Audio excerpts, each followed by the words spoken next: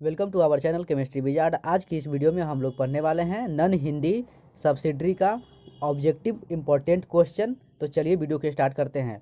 तो ये BSc chemistry ये BSc part 2 Hindi non Hindi subsidiary वालों के लिए है। तो वीडियो को एक एक करके देखें, ज़रूर समझ में आएगा।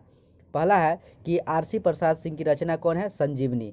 तो संजीवनी कौन लिखे हैं? आरसी प्रसाद सिंह। हाँ, एक बात मैं कहना चाह रहा हूँ आप सबसे, जो भी नन हिंदी की तैयारी कर रहे हैं पार्ट 2 की सब्सिडरी में, तो प्लीज़ आप लोग संजीवनी पढ़ लें, उर्वशी पढ़ लें, है ना। और सॉरी, उर्वशी का आ गया, पाषाणी पढ़ लें और उसके कवि का नाम याद रख लें, ये आता है तो इसको समझने में कम कठिनाइयाँ होगी। तो फिलहाल अभी हम देख रहे हैं आरसी प्रसाद सिंह की रचना संजीवनी है। संजीवनी काव्य प्रारंभ होता है देवासुर संग्राम से, है ना। यह देवासुर संग्राम से प्रारंभ होता है। दानव सेना किस पर आक्रमण करती है? तो अमरावती पर। तो दानव सेना अमरावती पर आक्रमण करती है। शुक्राचार्य के गुरु कौन थे? शुक्राचार्य कौन थे? दानवों के गुरु। और ये दानव के गुरु थे, यानी कि राक्षसों के गुरु थे कौन? शुक्राचार्य। शुक्राचार्य कौन थे? दानवों के गुरु। कक्ष कौन था? बृहस्पति का पुत्र, है ना। कक्ष जो था वह देवता बृहस्पति का पुत्र था। बृहस्पति कौन थे? वह बृहस्पति जो थे वह देवताओं के गुरु थे। शुक्राचार्य का निवास स्थान कहाँ था? तो शुक्राचार्य जो रहते थे तमसा नदी के तट पर। कौन से नदी पर? तमसा नदी के तट पर। शुक्राचार्य कौन से नदी के तट पर रखते थे? तमसा नदी के तट पर। उसके बाद है 7वां क्वेश्चन, देवयानी किसकी पुत्री थी? तो शुक्राचार्य। ये जो शुक्राचार्य की पुत्री जो थी देवयानी, जो ये देवयानी जो है वह शुक्राचार्य की पुत्री थी। शुक्राचार्य जो थे दानवों के गुरु थे, उसी की पुत्री थी देवयानी। कक्ष कितने वर्ष तक शुक्राचार्य के आश्रम में रहता है? तो सहस्र वर्ष तक। कक्ष जो है वह 100 वर्षों तक शुक्राचार्य के आश्रम में रहता है। कक्ष के अंतिम प्रयासों में दानव क्या करते हैं? तो कक्ष के अंतिम प्रयास में दानव को जो है कक्ष को मारकर उसके शरीर का भस्म बनाकर शुक्राचार्य को पिला देते हैं, है ना।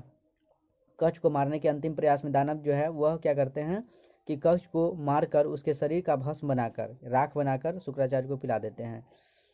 शुक्राचार्य को कितनी बार संजीवनी का आवाहन करना पड़ा? तो संजीवनी वह आप लोगों को बता दें कि संजीवनी का अर्थ क्या समझी। संजीवनी एक प्रकार का विद्या होता है जिससे किसी व्यक्ति को, मृत व्यक्ति को जीवित करने का वह अद्भुत शक्ति होता है उस विद्या में। तो वही सीखने के लिए कच्छ जो गए थे शुक्राचार्य के पास, है ना। तो ये देखिए शुक्राचार्य को कितनी बार संजीवनी का आह्वान करना पड़ा? तो 3 बार। संजीवनी विद्या का 3 बार आह्वान करना पड़ा। संजीवनी विद्या प्राप्त करके कच्छ सर्वप्रथम किसे जीवित करता है? तो सर्वप्रथम शुक्राचार्य को ही जीवित करता है। संजीवनी विद्या जब प्राप्त कर लेता है कच्छ, बृहस्पति का पुत्र कच्छ, तो वह किसको जीवित करता है? शुक्राचार्य को। शुक्राचार्य को जीवित करता है। देवयानी के समक्ष कक्ष अपनी तुलना किससे करता है? तो देवयानी के सामने कक्ष अपनी तुलना जलधार से करता है, राइट। अब है कच्छ देवयानी को किस रूप में देखता है? तो कच्छ जो है देवयानी को बहन के रूप में देखता है, लेकिन देवयानी जो है कच्छ के सौंदर्य से मोहित होकर उससे विवाह करना चाहती है, लेकिन वो ऐसे नहीं होने देता है। अब देखिए संजीवनी काव्य का स्रोत क्या है? तो महाभारत से लिया गया है। संजीवनी जो लिखा गया है वह उसका स्रोत है महाभारत, है ना। तो महाभारत स्रोत से लिखा गया है। संजीवनी एक है काव्य, खंड काव्य है ना। यह क्या है? एक प्रकार का खंड काव्य है। संजीवनी एक प्रकार का खंड काव्य है। संजीवनी का प्रतिपाद कच्छ देवयानी प्रसंग है, और प्रतिपाद जो है वह कौन है? कच्छ देवयानी प्रसंग है, राइट। कक्ष कहाँ का रहने वाला है? तो अलकापुरी, है ना। बृहस्पति का घर जो है वो कहाँ है? अलकापुरी। तो कच्छ बृहस्पति के पुत्र थे, तो कच्छ जो है कहाँ के रहने वाले हैं? अलकापुरी के, राइट। आई होप ये समझ में आया होगा। है अगला क्वेश्चन, संजीवनी काव्य का नायक कौन एवं नायिका कौन थी? तो संजीवनी काव्य में जो नायक नायिका वही होता है किसी भी का कहानी में, या जिस भी आप नोवेल पढ़ ले तो कहानी का नायक वही होता है जिसका बार बार उसमें नाम लिया गया होता है। तो इसमें जो है कच्छ और देवयानी जो है नायक और नायिका है संजीवनी में, जिसको आरसी प्रसाद सिंह ने लिखे हैं, ठीक है। बृहस्पति कौन थे? तो देवगुरु और कच्छ के पिता थे। बृहस्पति जो थे वो कौन थे? देवताओं के गुरु थे और कच्छ के पिता थे, राइट। तो आप लोग ये आएगा तो जरूर टिक कीजिएगा, देवगुरु और कच्छ के पिता दोनों थे, ठीक है। बृहस्पति देवगुरु थे और कच्छ के पिता थे। कच्छ और शुक्राचार्य संवाद किस सर्ग में है? तो तीसरे और छठे सर्ग में है। कच्छ और शुक्राचार्य जो संवाद करते हैं वह तीसरे और छठे सर्ग में वह लिखा हुआ है, राइट। हाँ, तो ये जो है संजीवनी, उसमें टोटल 9 सर्ग हैं।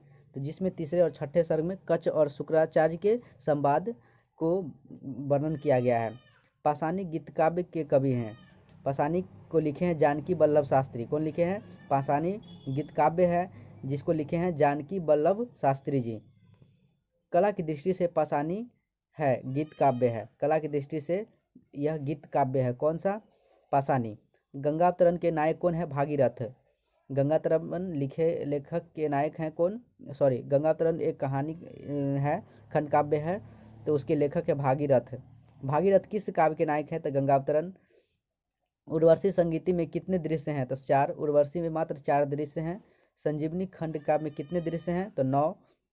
हमने पहले भी बताया कि संजीवनी में 9 है और उर्वशी में कितने हैं? 4 दृश्य हैं, राइट। और संजीवनी में खंड काव्य में कितने दृश्य हैं? तो 9। पुरूरवा किस काव्य पात्र पुरूरवा जो है वह किस काव्य पात्र है? किस काव्य पात्र है? तो उर्वशी। उर्वशी काव्य पात्र है ना। पुरूरवा एक प्रकार का पात्र है किसमें? उर्वशी नामक काव्य में। मेनका और रंभा किस काव्य की पात्रा है? तो मेनका और रंभा जो है वह उर्वशी नामक खंड काव्य में लिखा गया है। खंड काव्य में एक प्रकार की पात्र है। पात्र मतलब होता है पार्टिसिपेट, जो जिसके कहानी में जिसका वर्णन हो, है ना, उसको बोलते हैं पात्र। जैसे एक कहानी, उदाहरण के लिए एक कहानी है जिसमें ए और बी के बारे में बताया गया है, तो उसका पात्र पूछेगा तो ए और बी होगा। उसी प्रकार है ये। आई होप हम समझा पाए होंगे कि काव्य पात्र क्या होता है। तो पाषाणी किसे कहा गया है? तो अहिल्या को। पाषाणी किसे कहा गया है? अहिल्या को। पाषाणी किसे कहा गया है? अहिल्या को, राइट। पाषाणी किसकी कृति है? तो जानकी वल्लभ शास्त्री की। पाषाणी को कौन लिखे हैं? जानकी वल्लभ शास्त्री जी ने। उर्वशी का चरित्र किस कृति में वर्णित है? तो पाषाणी में। उर्वशी का चरित्र जो है वह पाषाणी में वर्णित है, राइट। संक्षेपण में क्या किया जाता है? देखिए, संक्षेपण में उद्धृत अंशों को कम करके लिखा जाता है, राइट। संक्षेपण में उद्धृत अंश को कम करके लिखा जाता है। गंगावतरण किस पाठ्य में है? तो पाषाणी में है। गंगावतरण किस में है? पाषाणी में है, राइट। हिंदी दिवस कब होता है? 14 सितंबर को, राइट। उसके बाद है कि शिक्षक दिवस कब होता है? 5 सितंबर को। बाल दिवस 14 नवंबर को होता है। हिंदी संघ की राजभाषा कब अंगीकार की गई थी? तो 14 जनवरी 1949 को हिंदी को राजभाषा के रूप में अंगीकार किया गया था। संजीवनी एक पौराणिक काव्य है, जबकि संजीवनी एक पौराणिक काव्य है और गंगावतरण भी एक पौराणिक काव्य है। एडिशनल है, कुलपति का अंग्रेजी अनुवाद क्या होता है? तो वाइस चांसलर, ये सब जानते हैं। पाषाणी किस विद्या की रचना है? तो गीति नाट्य। गीति नाट्य की विद्या है, एक प्रकार गीत होता है, उसमें कैसे क्या होता है, तो उस प्रकार की विद्या जो है वह पाषाणी में है, गीत नाट्य की, राइट। पृथ्वी पर गंगावतरण किसके सत्य प्रयासों से हुआ था? तो भागीरथ पर। भागीरथ के प्रयास से गंगावतरण, पृथ्वी पर गंगावतरण जो हुआ था, गंगावतरण, वह भागीरथ के साथ प्रयासों से हुआ था। ड्राफ्टिंग का हिंदी अनुवाद क्या है? प्रारूप, है ना, प्रारूप है। प्रारूपण हिंदी। ड्राफ्टिंग का हिंदी अनुवाद क्या है? प्रारूपण। बाएं हाथ से तीर चलाने वाले को क्या कहते हैं? सव्यसाची कहते हैं, राइट। भारत की संपर्क भाषा क्या है? हिंदी। भारत की संपर्क भाषा जो है वह हिंदी है। नोटिफिकेशन का हिंदी अनुवाद क्या होता है? विज्ञप्ति। आई होप ये वीडियो समझ में आया होगा। Thanks for watching. Chemistry wizard always with you. और सभी बीएससी केमिस्ट्री के नोट्स और हिंदी, फिजिक्स, सब्सिडरी के नोट्स आप लोगों को चाहिए पार्ट 2 का, तो प्लीज़ हमारे कमेंट बॉक्स में जरूर रिप्लाई करें और मैं उसको पूरा तरह से सॉर्ट आउट करने का कोशिश करूँगा।